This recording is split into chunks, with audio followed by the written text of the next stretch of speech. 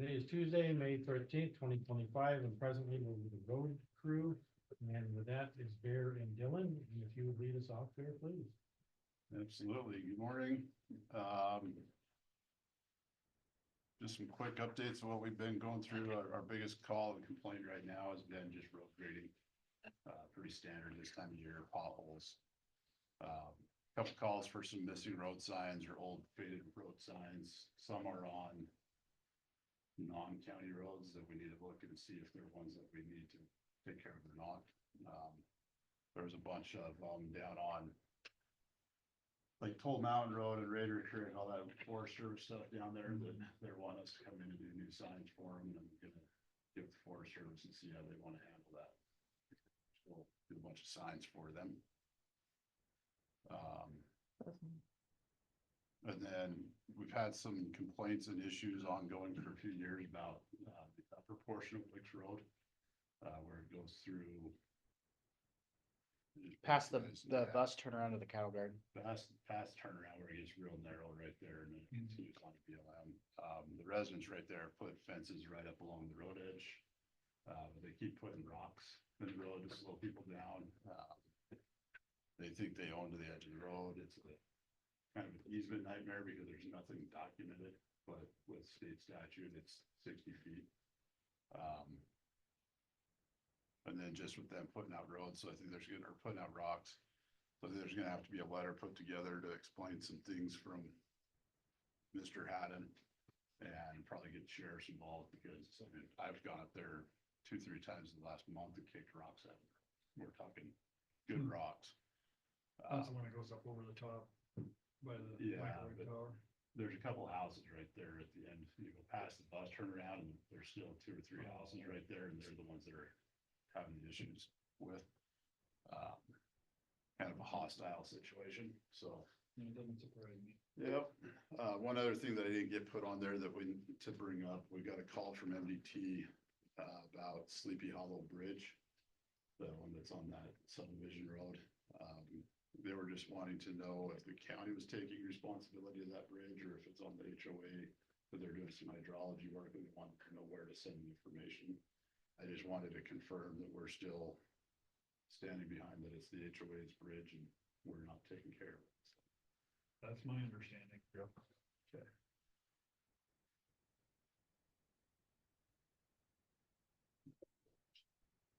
As far as some crew updates, Dylan's got a lot of grading done up north, just a couple of little hot spots left to hit. Bunch of sign repair and maintenance, and then helped out Whitehall with that culvert replacement down on McEwen yesterday. Always a lot of other little stuff going on with equipment repairs, maintenance, tree trimming. They're always busy up there. Did the culvert just fail immediately, or was it working its way towards failure? It's been an ongoing issue since last fall. There was water in it, so we decided to put it off to the spring. Then it just never went smooth for us getting it done, and then they had to get their water turned on. And we thought it was going to hold through the summer. We did some rock work to help reinforce things, but it failed pretty rapidly. It was deteriorating into the road, and once we started pulling it out, there was more holes than there was steel. I could pull it with the mini X and just pull chunks of pipe out. It was just so bad and gone. And then we found an old, I think it was an old bridge that was directly underneath it. Like they set that culvert on the bridge because we were pulling out big timbers, and it was quite a fun process.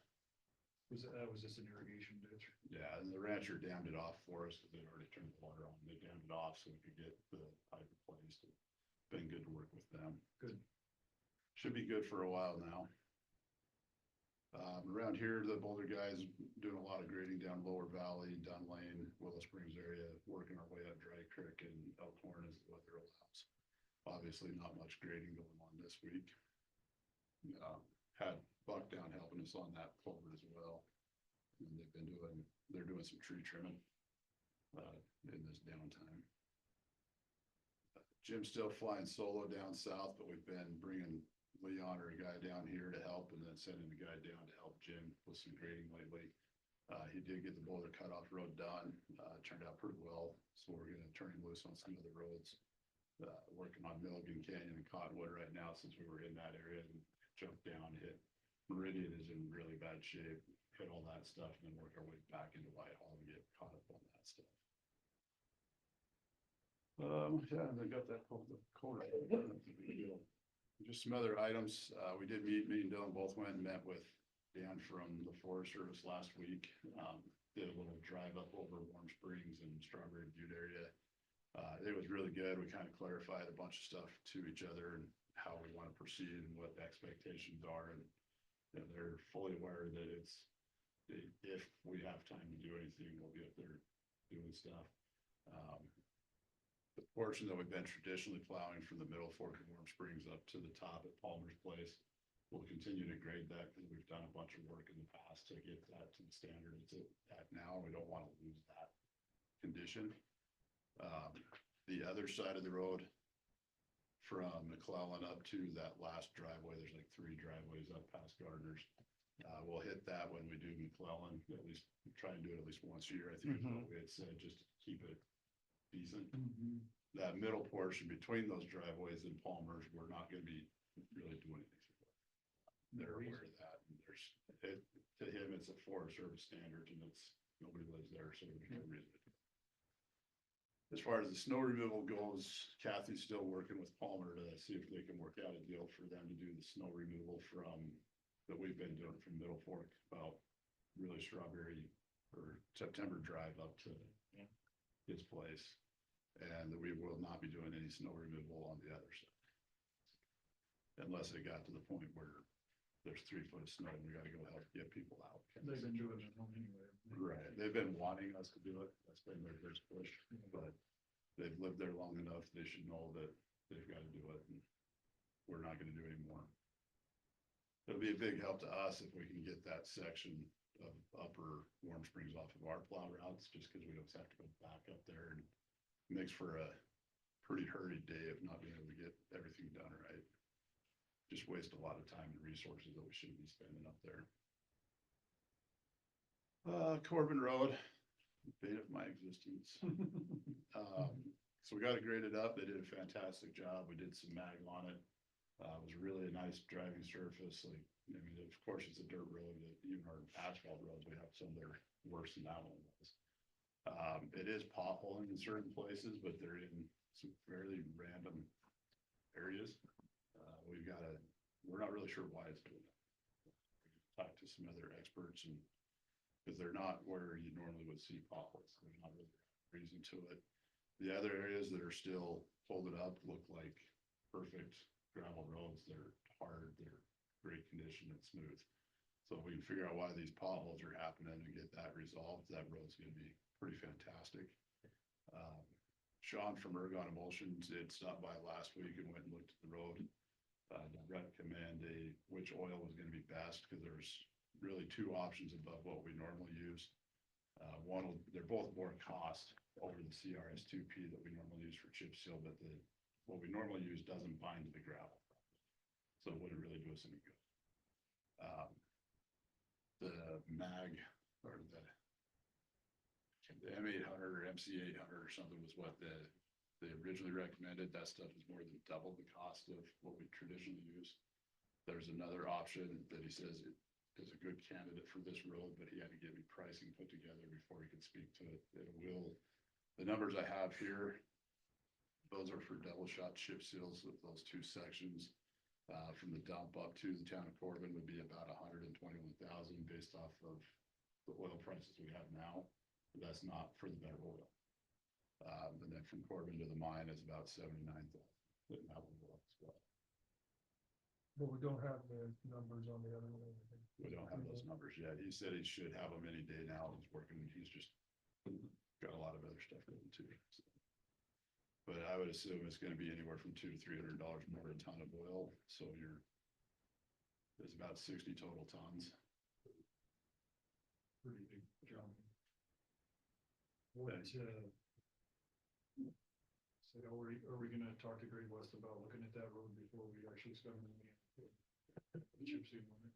Yeah, I'm going to get as many outside expert opinions on this road as I possibly can, because I'm tired of us doing it without right, and fools because something didn't turn right. Right, yeah. Yeah, it's just like these potholes right now, like or even the mag had complaints about that because there were certain areas that were a little dustier because they ran out and weren't able to.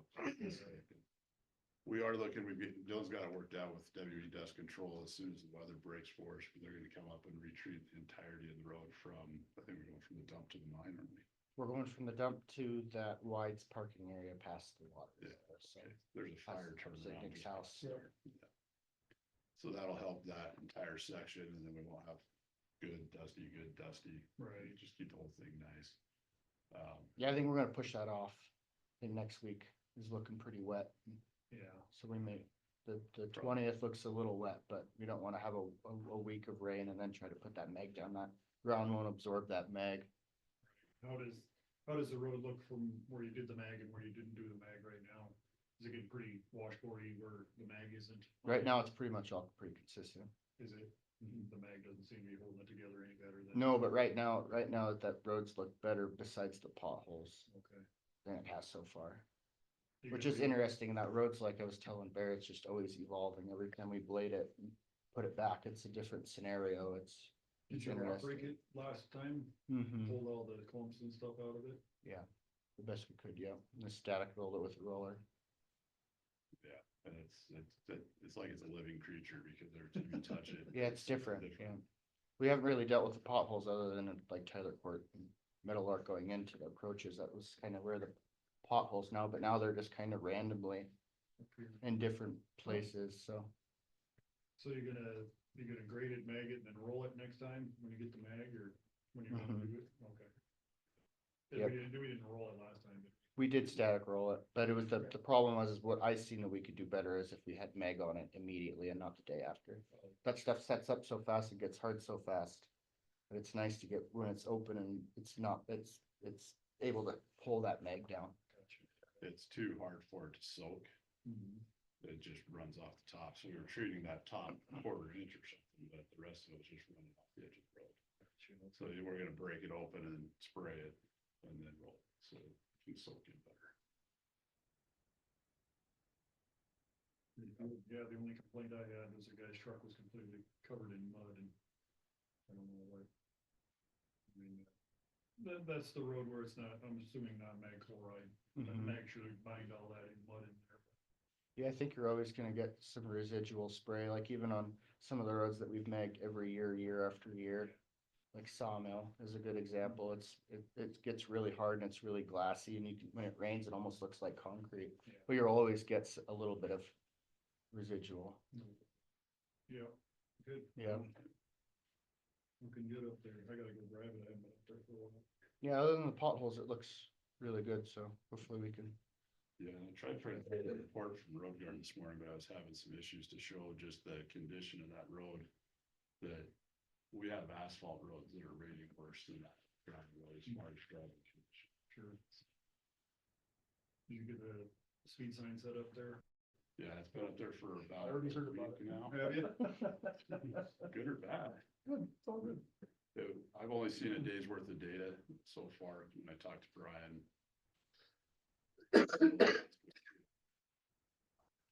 Surprisingly, there was only about 2 instances of people speeding and it was like 46 or 41 or 45, it was 5 to 10 over.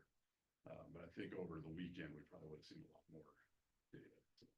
In the summer, you're probably gonna see more people using that road, not besides the residents going up there, so. Yeah. Where's the sign at now? It's Tyler Court. Yeah, it's right above Tyler Court. But one thing to know with those signs is they don't catch the traffic data in one direction.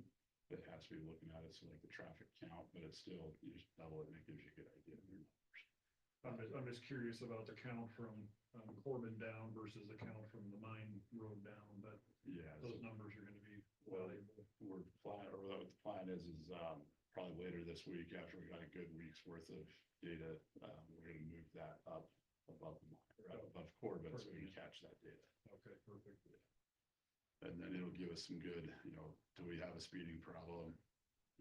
What, if there's certain times or days or whatever, we can relay that information to the sheriff's office.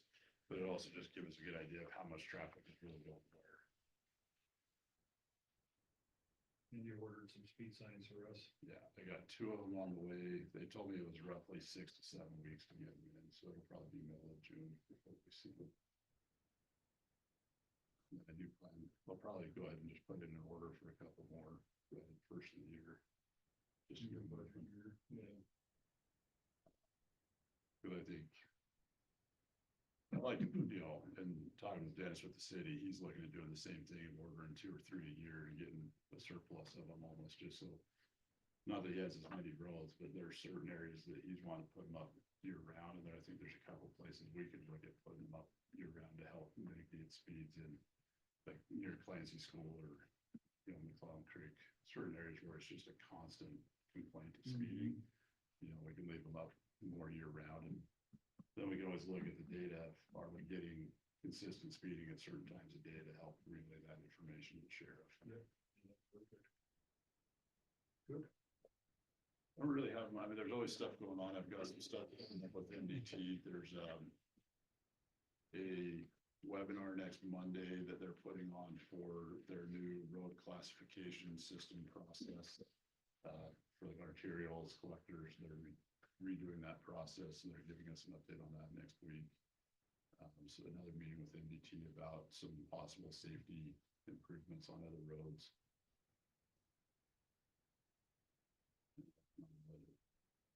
Figure out how much we don't have to spend. Yeah, exactly. What, did we ever figure out something on the mag? Would it save us a bunch of money to do it ourselves, or? We're working on storage is the issue. Like I said, MDT is willing to let us store here. I'm just waiting on the agreement paperwork from them. Okay. Whitehall and Montana City is a little bit different because they don't have storage facility available. We're looking into, and I've got some feelers out there, the frac tanks that they, liquid storage are 20,000 gallons. Close, yeah. Close to 20,000 gallon tanks, and you can pick them up for relatively cheap, about the same cost as buying just a 10,000 gallon poly tank. So that's just kind of seeing where we're at with some budget numbers, if we have money to buy that kind of stuff. I think it's possible, but we're also, instead of going to bid once a year and doing all of our mag in one day, we may look at doing like Dylan is, just communicating with and hey, we're doing these roads in this area this week. Can we schedule this day to come out and hit these roads so they hold up better? We're not having to go blade them again. We also have an opportunity to get a tanker and a pup too. Being able to use that for storage and maybe being able to truck some of our own material, but we gotta, in order to do it with ourselves, we should probably try to figure out the application rate, so we're not putting it on too heavy or too light. And so Yeah. getting nozzles and being able to learn how to spray that stuff out, I think it's 80 cents a gallon for us to buy, and then it's 98 cents a foot for them to apply. It's almost $1 a foot for them to lay it down. It'd be interesting to calculate that out into even numbers to see how much we'd actually be saving. Because if it doesn't save us a whole lot, it's probably not worth buying a whole bunch of equipment to. Right. We got right there to Right. hit us when we need it. That should be pretty easy for me to do. I can go off of our last big bid and get the footage and figure out our gallons. And Yeah, and then you'd be able to compare apples to apples. we're only gonna save a couple thousand a year. But the other aspect is just the timing, being able to do it when. we're Right. blading those. Yeah. If you wanna go blade a road, you're able to go load up a truck and do your kind of Yeah. last load to put mag down. I think our stuff would just turn out. Most of the time it's like we get it. And it's not on our end, but it seems like we get it scheduled after a big Memorial weekend where you blade everything, and then after the weekend, tons of traffic, and then after that, we go and bag, so just be nice to do it immediately.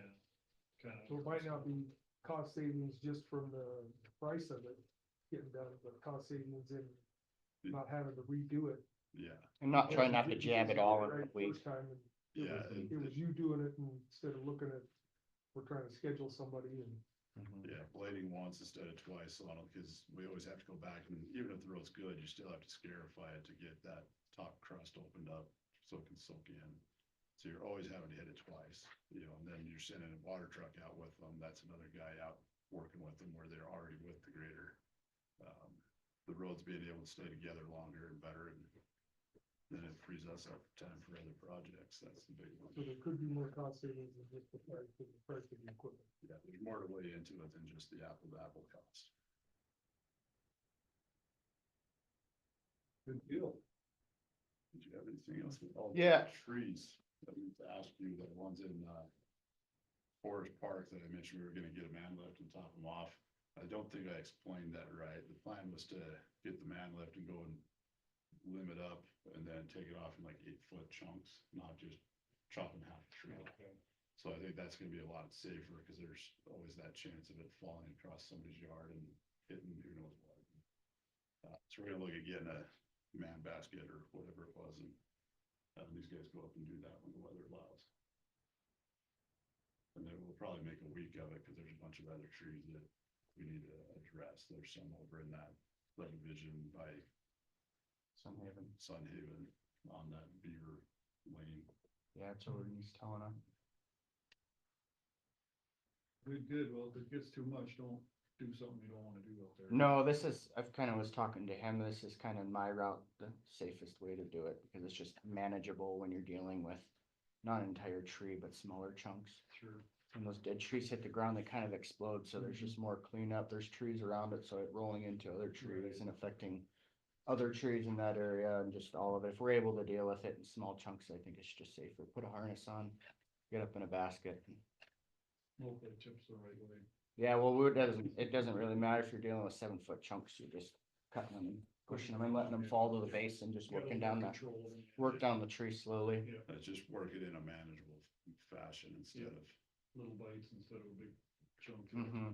cause we'll be able to drop lots of trees for pennies of what it would cost to drop one tree. Having a professional. Right. So, I just wanted to add something with Corbin and then up in Wicks area where we're talking about that guy, those residents throwing rocks out on the road. I've talked to him in the past and he's just really motivated on us supplying dust oil. We've done it before, but it's not, hasn't been regular. So I had mentioned to him that if we were to commit to doing dust oil when we do this, that he didn't come out and say he was doing it, but I said, but what can we do to help this? Cause we don't wanna come up 'Cause here he's and doing throw it to rocks slow out of the people down, road. I'm assuming. Correct. Slow So people. his big thing is the dust, so Yeah, when I talked to it's about 2 miles and 4/10, so I was gonna use that extra 280 feet just to spray by his house, and hopefully that'll mitigate that, and it won't waste a whole lot of our time, but that's up to you guys if you wanna do that, or however that shakes out. yeah, cause we've tried to do it. in the past. We'll go spray it for him and then it seems like as soon as we spray it, he's throwing rocks out there again. Yeah, and I think last year, that's probably on me, because we ran a little long, every section we did would be 20 feet long or whatever, and by the time we got to that point, we didn't have enough material to do that, yeah, so it kinda got left out. so we don't wanna reward him for not doing what he's not supposed to be doing. Right, yeah, and hopefully we have an understanding that if we're gonna do it, we're not gonna obviously do it again, if he's gonna continue after we do the dust oil to do that. And then the last thing I just wanted to bring up is with Corbin, as I'm blading that, I'm not able to build 4%, which is where we want most of our dirt roads. So slowly, that road was at either flat or 2%. So slowly, we're building crown, which will shed water, and it'll be a better driving surface. But every time we blade it, it's, we're building it to that point to where it's, right now it being potholing and stuff, and Right. slowly the water should be able to leave the road, and every time we build it, we should be creating better, every time should be building crown and should be great, doing a better road surface, so hopefully it helps. The folks you're seeing up there have been pretty good with you, cooperative and stuff, for what you guys are doing up on the Corbin Road. Not so Yeah, much that especially negative. this last time was still a lot Okay. different than previous times being up there. We got a lot more thumbs up and thank you than we did there's always a few people that are still Right. upset, but I think that as long as I talked to a lot of people and I said, as long as you guys are trying to fix the dust and the drivability, that's all that we're asking for, so. By blading it maybe more frequently or putting this dust oil, maybe that'll fix both those issues. And then, obviously people are gonna come up with other issues, like their vehicles are getting dirty, but they're gonna continue to find thing after thing. If we're gonna able to correct dust and drivability, we can't just keep going on and on and on and on and fixing all this other stuff, but if dust and drivability are the two main things, I think that mag will hopefully mitigate a lot of that. Thank you. And On my behalf, thanks for doing what you did down in McSween Lane as quick as you did it. So. I would consider that a- Should have been quicker.